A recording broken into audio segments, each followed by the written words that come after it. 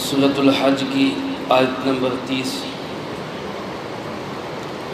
الحمدللہ وکفیٰ وسلام علی عبادہ الذین اصطفیٰ، خصوصاً علی سید الرسل وخاتم الانبیاء وعلی آلہ واصحابہ الاتقیاء۔ اما بعد فاعوذ باللہ من الشیطان الرجیم، بسم اللہ الرحمن الرحیم۔ ذلك ومن يعظم حرمات الله فهو خير له عند ربه وأحلت لكم الأنعام إلا ما يتلى عليكم فاجتنبوا الرجس من الأوثان واجتنبوا قول الزور حنفاء لله غير مشركين به ومن يشرك بالله فكأنما خر من السماء فتخطفه الطير أو تهوي به الريح في مكان سحيق۔ ذلك یہ بات ہو چکی، ومن يعظم حرمات اللہ، اور جو شخص اللہ کی حرمات کی تعظیم کرتا ہے، فَهُوَ خَيْرٌ لَهُ عِنْدَ رَبِّهِ، تو یہ اس کے لیے بہت بہتر ہے اس کے رب کے ہاں۔ وَأُحِلَّتْ لَكُمُ الْأَنْعَامُ، اور حلال کیے گئے ہیں تمہارے لیے مویشی، إِلَّا مَا يُتْلَى عَلَيْكُمْ، سوائے ان کے جو تم پر تلاوت کیے جاتے ہیں۔ فَاجْتَنِبُوا الرِّجْسَ مِنَ الْأَوْثَانِ، بس بچو بتوں کی گندگی سے۔ وَاجْتَنِبُوا قَوْلَ الزُّورِ، اور بچو جھوٹی بات سے۔ حنفاء للہ، اور رہو اللہ کے لیے حنیف بن کر، غیر مشرکین بہ، شرک کرنے والے نہ بنو۔ وَمَن يُشْرِكْ بِاللَّهِ، اور جو اللہ کے ساتھ کسی کو شریک ٹھہراتا ہے، فَكَأَنَّمَا خَرَّ مِنَ السَّمَاءِ، وہ ایسا ہے جیسا کہ وہ آسمان سے گر پڑا۔ فَتَخْطَفُهُ الطَّيْرُ، اور پرندے اس کو نوچنے لگے۔ أَوْ تَهْوِي بِهِ الرِّيحُ، یا ہواؤں نے اس کو بکھیر دیا۔ فِي مَكَانٍ سَحِيقٍ، دور کی جگہ میں۔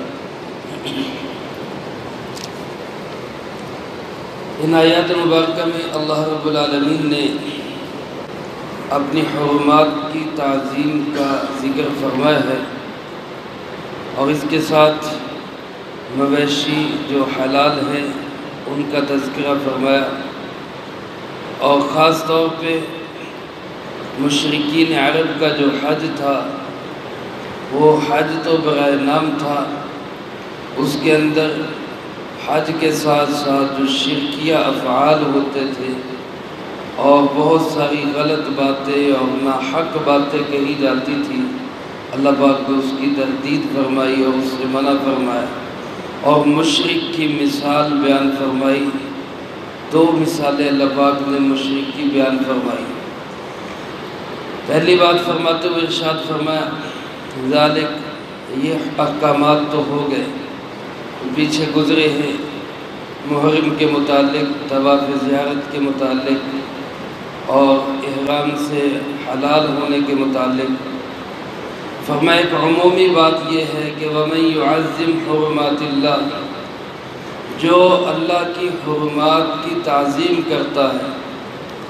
حرمات سے مراد وہ پابندیاں جو اللہ رب العالمین نے لگا دی، اس کو کہتے ہیں حرمت یا حرام یا پابندی۔ یہ چیز حرام ہے، اس کی طرف جانا ناجائز ہے۔ مثلا بہت ساری پابندیاں ہمارے دیکھنے پہ ہیں، بہت ساری پابندیاں ہمارے سننے پہ ہیں، اسی طرح بہت ساری پابندیاں ہمارے چلنے اور پھرنے پہ ہیں، کمائی پہ بہت ساری پابندیاں ہیں، خرچ کرنے پہ بہت ساری پابندیاں ہیں، حالت احرام کے اندر اضافی طور پر بہت ساری پابندیاں ہوتی ہیں۔ تو ان ساری پابندیوں کی جو تعظیم کرے گا، اللہ کی حرمات کی تعظیم ہے۔ فرمایا فَهُوَ خَيْرٌ لَهُ عِنْدَ رَبِّهِ، اس کے رب کے ہاں اس کا بہترین بدلہ ہے اس شخص کے لیے۔ میرے محترم دوستو، بظاہر مشکل لگتا ہے، نفسانی خواہشات ٹوٹتی ہیں جب انسان کسی گناہ کی طرف متوجہ ہوتا ہے اور پھر اس کو چھوڑ دیتا ہے تو بڑا مشکل کام لگتا ہے۔ اس کا ایک تجربہ ہم روزانہ ہی ہمارا ہو جاتا ہے۔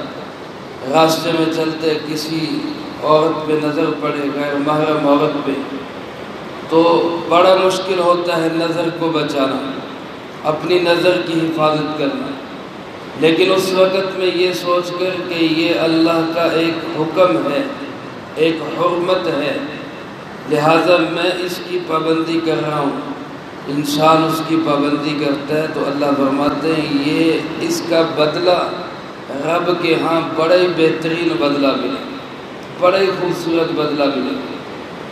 جیسا کہ حدیث پاک میں آپ صلی اللہ علیہ وسلم نے ارشاد فرمایا، کسی کی نگاہ کسی غیر محرم پہ پڑے اور دل مچلے دیکھنے کو، دل کے اندر تمنائیں پیدا ہوں اور وہ اللہ کا حکم سمجھ کے اپنی نظروں کو جھکا لے تو اللہ ایمان کی وہ حلاوت نصیب فرماتے ہیں جو اس کے بغیر مل نہیں سکتی۔ ایسی مٹھاس ایمان کی ملتی ہے۔ اور آپ تجربہ کر لیں، دل کے اندر سرور اترتا ہے، نظر بازی کرنے سے بے چینی بڑھتی ہے، دل پریشان ہوتا ہے، اور نظر کی حفاظت کر کے دیکھیں، دل میں سرور اترے گا، سکون اترے گا، دل کو ایک اطمینان نصیب ہو، ایک مٹھاس نصیب ہوگی۔ یہ ایک حکم ہے اللہ پاک کا، ایسے بیسیوں نہیں سینکڑوں حکموں سے ہمیں روزانہ واسطہ پڑتا ہے۔ حلال کمائی کے اعتبار سے، اسی طرح سچ بولنے کے اعتبار سے، ایسے ہی اچھے اخلاق کے اعتبار سے، لوگ پریشان کرتے ہیں ان کے ساتھ اچھے اخلاق سے برتاؤ کرنا، یہ وہ چیزیں ہیں جن کے متعلق اللہ نے فرمایا فَهُوَ خَيْرٌ لَهُ عِنْدَ رَبِّهِ، اس کا بدلہ اس کے پالنے والے کے پاس بہترین بدلہ۔ اور فرمایا وَأُحِلَّتْ لَكُمُ الْأَنْعَامُ، اللہ نے تمہارے لیے مویشی حلال کیے، اور مویشی سے مراد انعام۔ سورۃ انعام اس کے متعلق مکمل سورت اسی عنوان سے گزر چکی۔ اس میں اللہ رب العالمین نے 8 قسم کے جانوروں کو انعام میں شامل کیا، 8 ازواج، من الضأن 2 ومن المعز 2، بھیڑ اور اس نر اور مادہ، اسی طرح بکری نر اور مادہ، گائے نر اور مادہ، اور اونٹ نر اور مادہ۔ یہ 8 قسم کے جانور جن کو انعام کے اندر شامل کیا گیا۔ اور میرے محترم دوستو، فقہاء نے لکھا ہے کہ بھینس جو ہے یہ گائے کی ایک قسم ہے، یہ گائے سے الگ نہیں ہے، یہ گائے کی ایک قسم ہے۔ جیسے گائے کے اندر بہت ساری نسلیں ہیں، کوئی ولایتی ہے، کوئی ساہیوال کی ہے، کوئی دیسی ہے، اور بہت ساری ایسی قسمیں ہیں، وہ ساری ہی گائے ہیں، بکرا ہے۔ ایسے ہی بھینس جاموس بھی گائے کی ایک صنف اور قسم ہے، لہذا یہ تمام احکامات میں گائے کے احکامات کے تحت ہی داخل ہے۔ قربانی ہو، گوشت کا حلال ہونا ہو، دودھ کا حلال ہونا ہو، یا دوسرے تمام معاملات، اس میں یہ گائے والے احکامات کے تحت ہی داخل ہے۔ تو بہرحال یہ 8 قسم کے جانور جن کو اللہ پاک نے انعام فرمایا، اللہ فرماتے ہیں یہ سب تمہارے لیے حلال ہیں، الا سوائے اس کے ما یتلی علیکم، جو تمہیں پڑھ کے سنا دیے جائیں گے۔ اور پھر وہ بھی سورۃ انعام میں ہی اور سورۃ مائدہ میں پڑھ کے سنا دیے گئے کہ جو جانور خود اپنی موت مر جائے، جس کو گلا گھونٹ کے مار دیا جائے، یا اسی طرح کوئی چوٹ لگنے سے مر جائے، کوئی گر کے مر جائے، تو یہ حلال نہیں رہتے، یہ حرام ہو جاتے ہیں۔ تو مویشی سارے حلال ہیں ذبح کرنے کے بعد، اور اگر ذبح کرنے سے پہلے اس کی موت واقع ہو جاتی ہے تو وہ جانور حلال نہیں ہوتا۔ بعض اوقات مسئلہ ایسا پیش آ جاتا ہے، اس دفعہ بھی ساتھی نے مسئلہ پوچھا کہ جانور اگر قربانی کے موقع پر بپھر جائے، بے قابو ہو جائے، قابو میں نہ آ رہا، تو کیا اس کو فائر مار کے پھر ذبح کیا جا سکتا ہے؟ تو فقہا نے اس کی گنجائش لکھی ہے، ایسے صورتحال میں اس کی ٹانگ وغیرہ پہ فائر مار کے اس کو گرا کر مرنے سے پہلے ذبح کیا جائے تو اس کی قربانی ہو جاتی ہے۔ لیکن اگر موت پہلے واقع ہو گئی، شکار کے لیے بعض اوقات لوگ جاتے ہیں، فائر کرتے ہیں اور گولی لگنے سے ہی جانور مر جاتا ہے، تو وہ حلال نہیں ہوتا۔ بہرحال اللہ پاک فرماتے ہیں مویشی سارے حلال ہیں الا ما یتلی علیکم، سوائے ان کے جو تمہیں پڑھ کے سنا دیے گئے۔ اور فرمایا فاجتنبوا الرجس من الاوثان، بتوں کی گندگی سے بچو۔ لوگ چونکہ حج کے لیے جاتے ہیں اور اس طرح کے مویشی اپنے ساتھ لے جاتے ہیں قربانی کے لیے، لیکن وہاں جا کے یہ قربان کرتے بتوں کے نام پر، تو اللہ پاک نے خاص طور پہ اس کے ضمن میں اس کا ذکر کیا فاجتنبوا الرجس من الاوثان۔ بت ایک گندگی ہے، ایک نجاست ہے۔ رجس عربی زبان میں ناپاک اور گندی چیز کو کہا جاتا ہے۔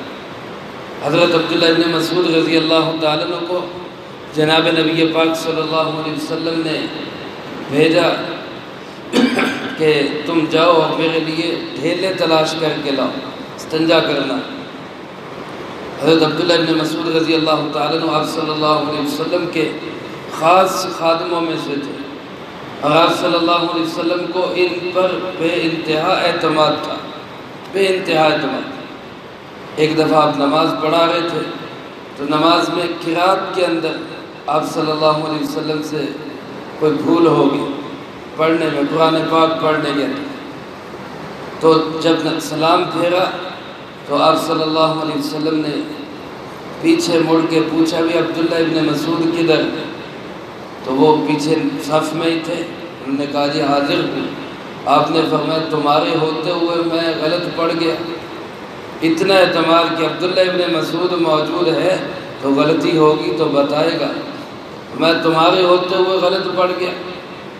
انہوں نے ادب سے عرض کیا کہ اللہ کے محبوب قرآن اتر رہے، آپ صاحب شریعت صاحب کتاب ہے، اب نامعلوم آیات بدل گئی ہوں، میں کیسے لقمہ دے سکتا ہوں؟ تو آپ نے فرمایا اگر آیات بدل جائے تو میں پہلے تمہیں بتا دوں، اور اگر غلطی ہو جائے تو مجھے بتا دیا کرو۔ ایسا اعتماد تھا حضرت عبداللہ ابن مسعود رضی اللہ تعالیٰ عنہ کی سمجھ اور فقہ، خاص خادم تھے۔ تو وہ ڈھیلے اٹھا کے لائے، اس میں 2 تو مٹی کے ڈھیلے تھے اور 1 گوبر کا ٹکڑا تھا۔ تو آپ صلی اللہ علیہ وسلم نے ڈھیلے لے لیے اور گوبر کے ٹکڑے کو پھینکتے ہوئے ارشاد فرمایا انہ رجس، یہ نجاست ہے، یہ گندگی ہے۔ یہی لفظ اللہ پاک نے شرک کے متعلق اور بتوں کے متعلق فرمایا فاجتنبوا الرجس، رجس اور رجس نجاست اور گندگی کو کہا جاتا ہے۔ ایک ظاہری نجاست اور گندگی ہے، یہ باطنی گندگی ہے جو دل کو گندا کر دیتی ہے، اس گندگی سے بچو۔ اور اوثان وثن کی جمع ہے۔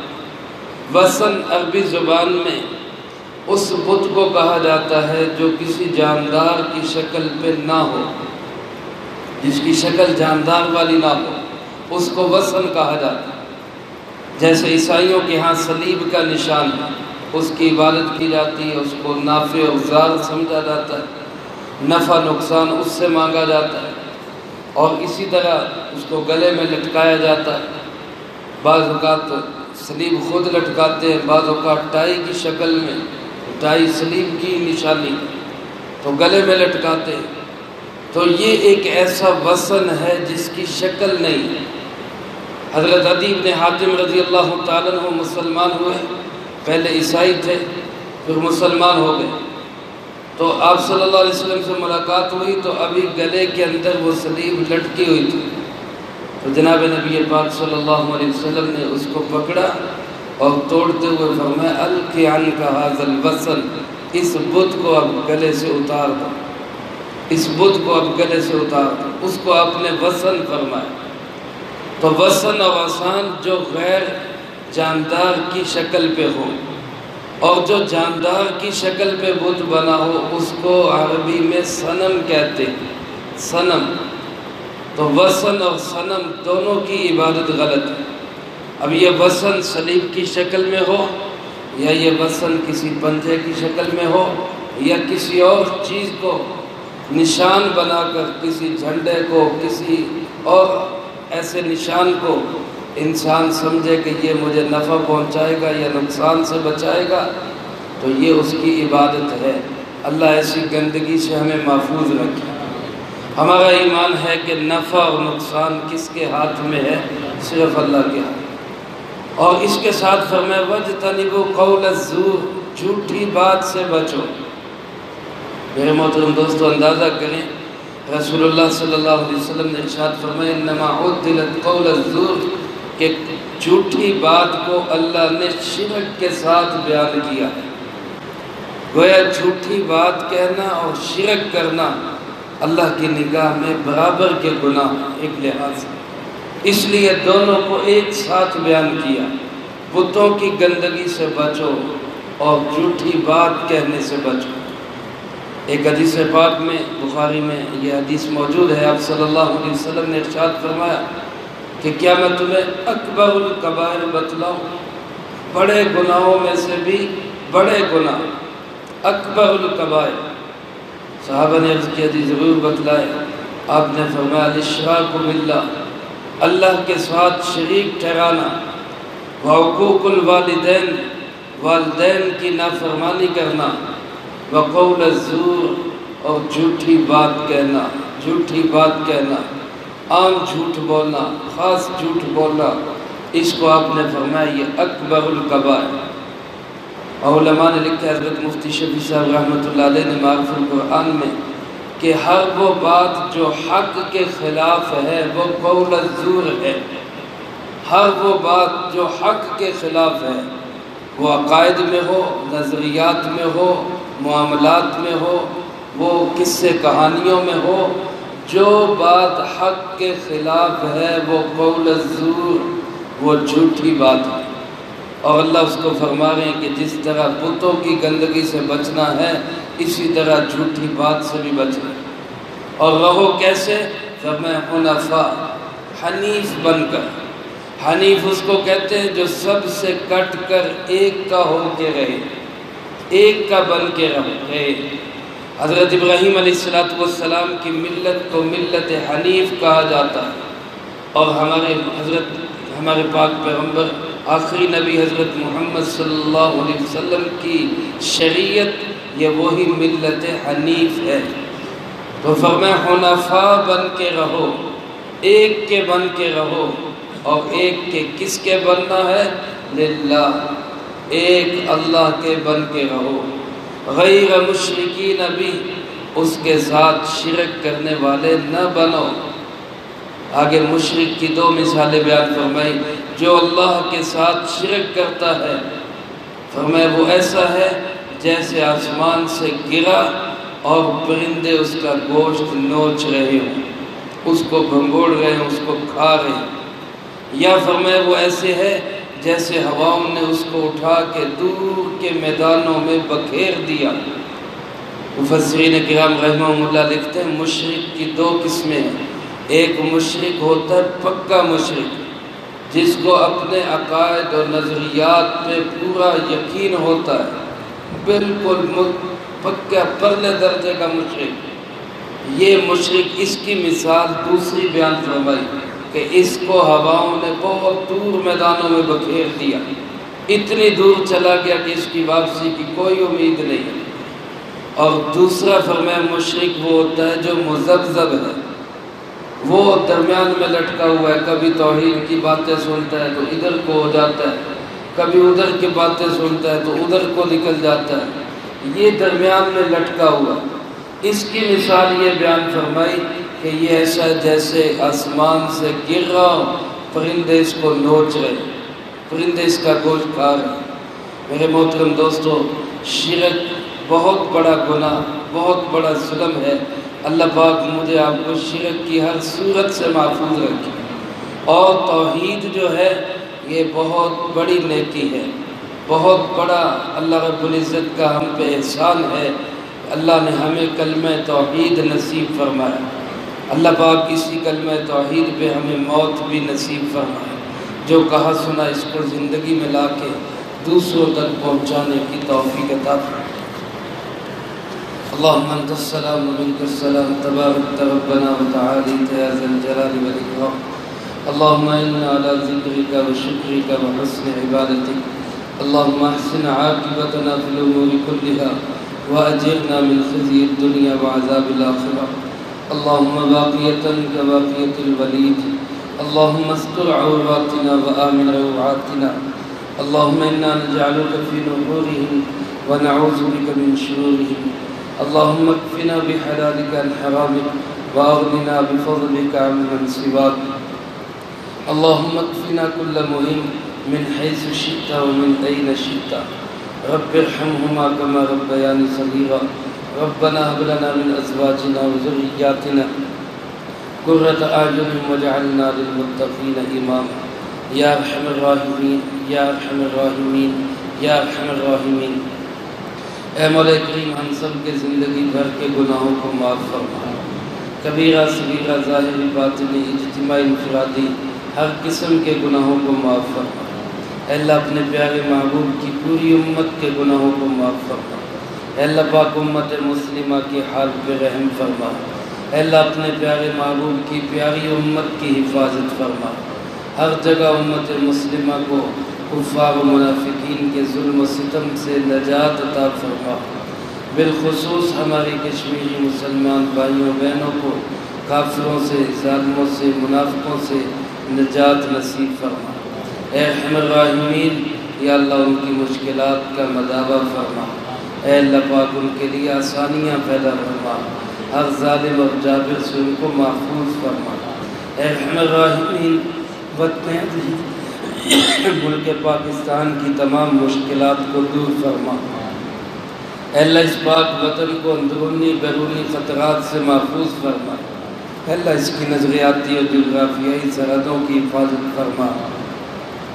اے اللہ اس کے کونے کونے کی حفاظت فرما۔ اے ارحم الراحمین، جتنے لوگ بیمار ہیں گھروں میں، اسپتالوں میں، سب کو صحت و تندرستی عطا فرما۔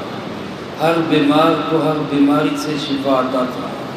ہر پریشان حال کی پریشانی کو دور فرما۔ ہر مقروض کو قرضے کے بوجھ سے رہائی نصیب فرما۔ ہر بے اولاد کو نیک صالح اولاد نصیب فرما۔ اے مولا کریم بے گھروں کو اپنے کشادہ گھر نصیب فرما۔ بے روزگاروں کو حلال طیب روزگار نصیب فرما۔ یا اللہ پاک جتنا اس ہفتے میں درس قرآن ہوا، ان احباب نے جو جو اعمال کیے، طلبہ عزیز نے جو پڑھائی کی، سب کو اپنی بارگاہ میں قبول فرما۔ اے اللہ سب کے سب اعمال کا جو ثواب ہمارے پیارے آقا جناب نبی پاک صلی اللہ علیہ وسلم کو نصیب فرما۔ آپ علیہ السلام کے توسل سے تمام انبیاء، تمام صحابہ، تمام اہل بیت، ازواج مطہرات، بنات اطہار، جناب نبی پاک صلی اللہ علیہ وسلم کی امت کے وہ تمام لوگ جو اس دنیا سے جا چکے، جو موجود ہے، جو قیامت تک قائم ہے، اے اللہ سب کو اس کا اجر و ثواب نصیب فرما۔ بالخصوص حاضرین مجلس میں سے جس کے جو عزیز و اقارب، رشتہ دار، دوست، احباب، اساتذہ، مشائخ، والدین اس دنیا سے چلے گئے، اے اللہ ان سب کو اس کا اجر و ثواب نصیب فرما۔ خاص طور پر یا اللہ جن احباب نے کہا ہے ان کے عزیز و اقارب کو اس کا اجر و ثواب نصیب فرما۔ اے ارحم الراحمین، تمام احباب، تمام جتنے لوگ دنیا سے جا چکے، سب کی قبور کو جنت کا باغ بنا، سب کے درجات کو بلند فرما، سیئات کو معاف فرما، سب کو جنت الفردوس میں اعلیٰ مقام نصیب فرما۔ ہم میں سے ہر ایک کو اپنے اپنے وقت پہ اچھی موت نصیب فرما، بری موت اور اس کے اسباب سے بھی اللہ ہماری حفاظت فرما۔ عزت کی زندگی، شہادت کی موت نصیب فرما، اسلام والی زندگی، ایمان والی موت نصیب فرما۔ اے اللہ ہماری دعاؤں کو اپنے فضل و کرم سے قبول فرما۔ ربنا تقبل منا انک انت السمیع العلیم وتب علینا انک انت التواب الرحیم۔ صلی اللہ علی النبی الکریم وعلی آلہ واصحابہ اجمعین برحمتک یا